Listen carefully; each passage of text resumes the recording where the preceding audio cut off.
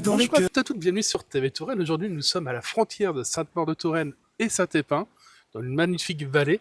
Bonjour Cyril, peux-tu te présenter, nous présenter pourquoi nous sommes présents aujourd'hui avec toi, entre autres pour parler de serpents. Oui, donc je suis Cyril de la Société herpétologique de Touraine et on va parler un petit peu serpents. Ces animaux méconnus mais absolument extraordinaires, qui parfois suscitent la crainte, alors qu'en réalité, aucun serpent français n'attaque l'être humain spontanément. Ils ne font parfois que chercher à se défendre et 99% des rencontres avec un serpent tourangeau, ils ne présentent aucun danger. Cherche plutôt à fuir l'humain qu'à le rechercher. Absolument, oui, c'est des animaux qui sont très furtifs, qui ont été tellement pourchassés, tellement exterminés, qu'ils ont très peur de nous.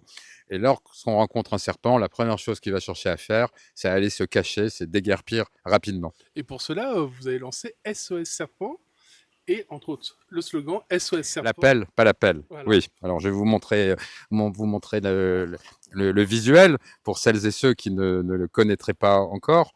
Donc l'appel, pas l'appel, c'est un slogan que tout le monde connaît maintenant, car en effet, alors il découle de quelque chose qu'on entend, d'un conditionnement culturel, de quelque chose qu'on entend fréquemment lorsque les gens rencontrent un serpent, c'est coup de pelle. Alors coup de pelle, c'est un réflexe éculé qui est absurde, qui plus est aujourd'hui est illégal, parce que depuis 2021, l'intégralité des serpents, des reptiles et amphibiens de France sont strictement protégés par la loi. Pourquoi? Parce qu'ils sont en grave déclin, comme le reste de la faune sauvage.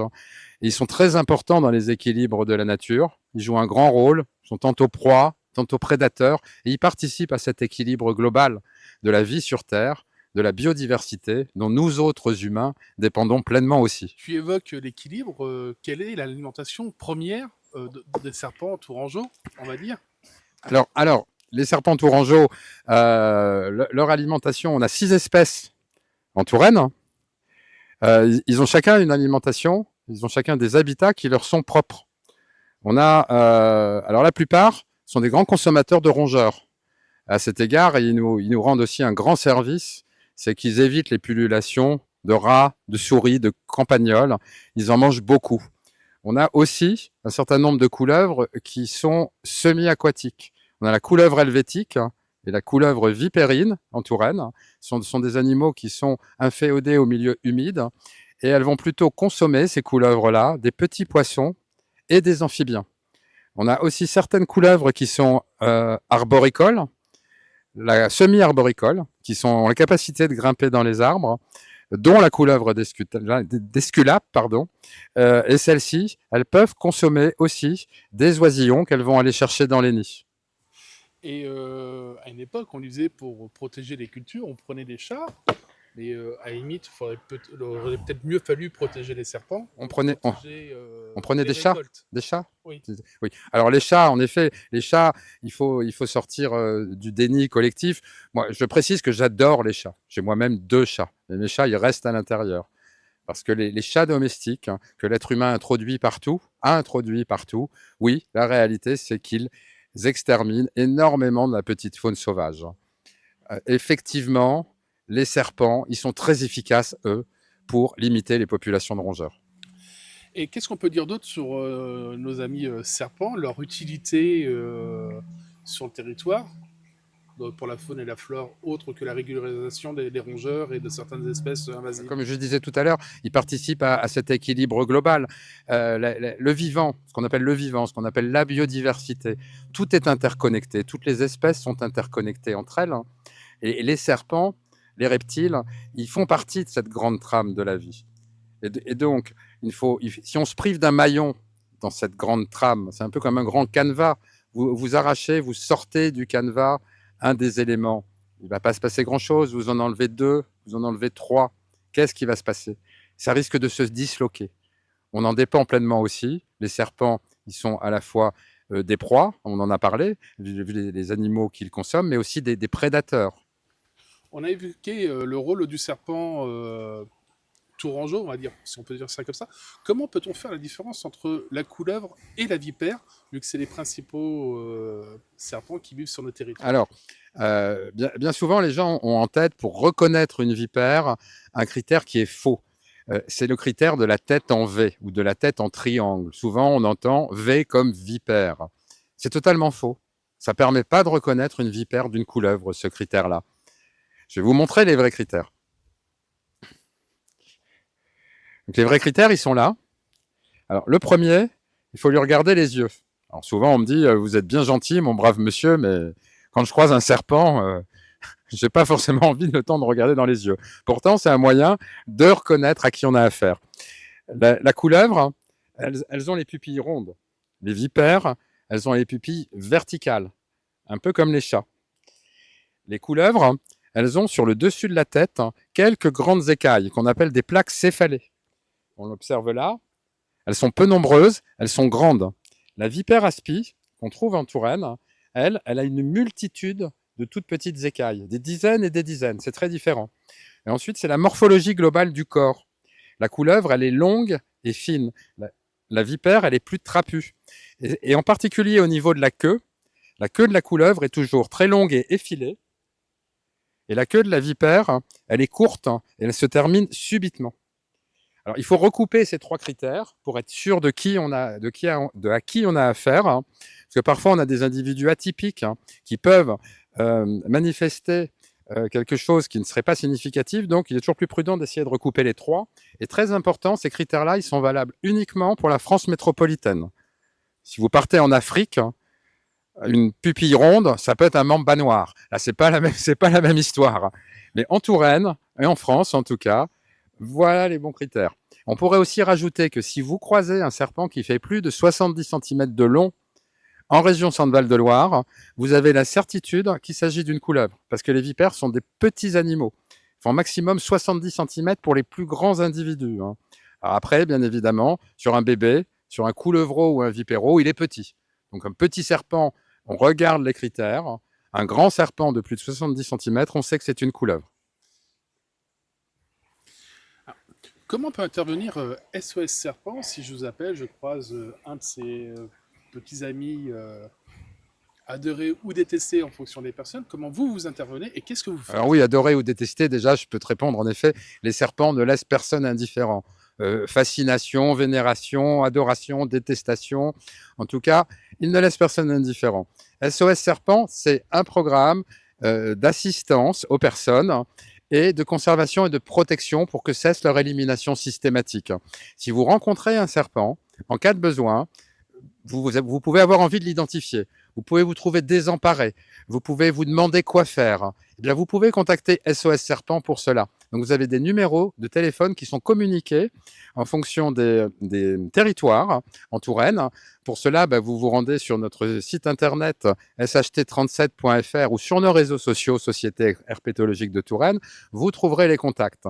Vous commencez par nous envoyer une photo ou une vidéo, c'est très important, si possible par WhatsApp qui ne dégrade pas la qualité des images. Dès réception de ces images, on va commencer par identifier l'espèce. Savoir à qui on a affaire, c'est très important. Parce que la marche à suivre en fonction de telle ou telle espèce n'est pas identique. Aussi, vous demandez à quel endroit elle se trouve. Est-ce que vous avez croisé ce serpent dans votre jardin et il n'est possiblement que de passage? Et dans ce cas-là, juste lui laisser vivre sa vie. Ou est-ce qu'il est rentré dans votre maison? Est-ce qu'il est rentré dans votre cuisine, dans votre salon, et vous êtes désemparé et vous avez besoin d'aide pour gérer la situation? On sera là pour vous conseiller, on sera là pour vous aider.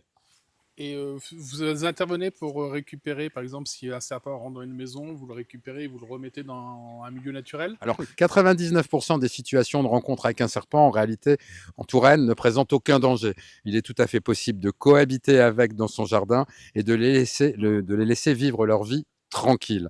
Dans certains cas, dans certaines situations qui peuvent comporter un danger pour la personne ou pour l'animal, ou si vous êtes vraiment trop phobique, si vous êtes en état de panique désemparé, effectivement, là, on peut intervenir sur place pour capturer le serpent. On détient des autorisations préfectorales pour faire cela. Il faut savoir que c'est interdit. On n'a pas le droit de déplacer, de capturer un serpent aujourd'hui. Nous, on détient une autorisation préfectorale nous permettant de le capturer et de le déplacer en cas de besoin, pour sauver le serpent ou pour le sortir de votre maison si c'est nécessaire. Et donc là, ce sera toujours la même chose. On va repérer avec les photos aériennes le biotope favorable le plus proche du lieu de découverte et un peu plus éloigné de votre habitation et de la fréquentation humaine. Et on va emmener le serpent et le relâcher le plus rapidement possible dans cet habitat qui lui est favorable et pour qu'il ne pose plus de questions. Alors, par exemple, si la personne elle est comme moi, elle adore les animaux, elle veut les protéger, cohabiter avec elles, qu'est-ce qu'on peut faire dans notre jardin pour lui permettre de s'épanouir au mieux, sans être intrusif avec elle, bien entendu, mais la laisser vivre sa vie le plus naturellement possible. Alors, c'est créer des zones refuges, c'est créer dans son jardin ce qu'on appelle des habitats, lui créer des cachettes. Les serpents, ils détestent évoluer à découvert. Ils détestent les milieux trop artificialisés. Et donc, un tas de bois, un tas de branches, une zone de son jardin laissée sauvage, un pierrier, une mare. Tout ça, c'est des habitats qui sont favorables aux amphibiens et aux reptiles et qu'on peut tout à fait aménager chez soi. Un peu comme pour le hérisson, de lui laisser un petit tas de bois, pour les abeilles et compagnie, de leur faire des Avec une souris, mais il n'y en a pas. aménager des petits tas de bois à différentes tailles pour pouvoir permettre aux abeilles sauvages de nidifier. Exactement, c'est la même chose, c'est la même chose. C'est créer des zones refuges dans son jardin, apprendre à cohabiter avec le sauvage. Chacun peut laisser dans son jardin, accepter de laisser 10%, 15%, 20% de la surface un petit peu sauvage en libre évolution pour que la nature et les peuples animaux de la nature puissent aussi trouver leur... Et il y a même eu des études qui ont prouvé que laisser l'herbe pousser d'une certaine hauteur dans son jardin permet de réguler aussi la température au sol. Et entre une herbe fraîchement tendue au ras comme un grip de golf et une herbe un peu plus haute, il y a quand même... La différence de température, elle est énorme, oui, vous avez raison. D'ailleurs, on le constate, une pelouse, là, on a eu très très chaud. Une pelouse tondue à ras, elle grille, elle jaunit très rapidement. Tandis que si on laisse un petit peu plus haut, une tonte ou pas de tonte du tout, eh bien, il y a une humidité, il y a une température qui est plus fraîche et qui est très bénéfique. Ce qui nous permet de conserver l'écosystème en place, autant pour les insectes nidificateurs que pour les petits rongeurs, que si on a besoin, elles ont aussi une utilité pour limiter certains insectes qui peuvent être dévastateurs, et nos amis les serpents ou les hérissons. Exactement, c'est un équilibre tout ça. Exactement, vous avez raison.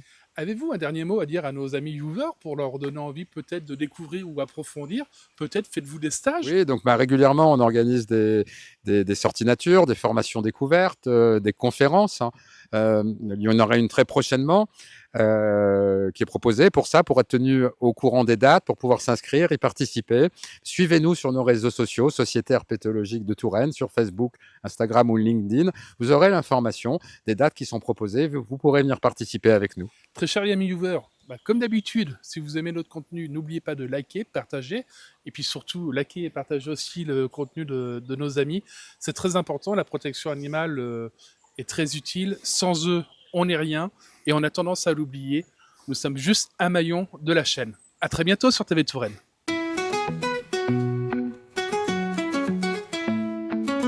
Dans les rues, dans les cœurs, ça bouge en Touraine.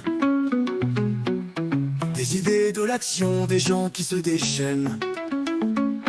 Solidarité, culture, sport ou environnement. Les assos font vibrer nos jours tout simplement.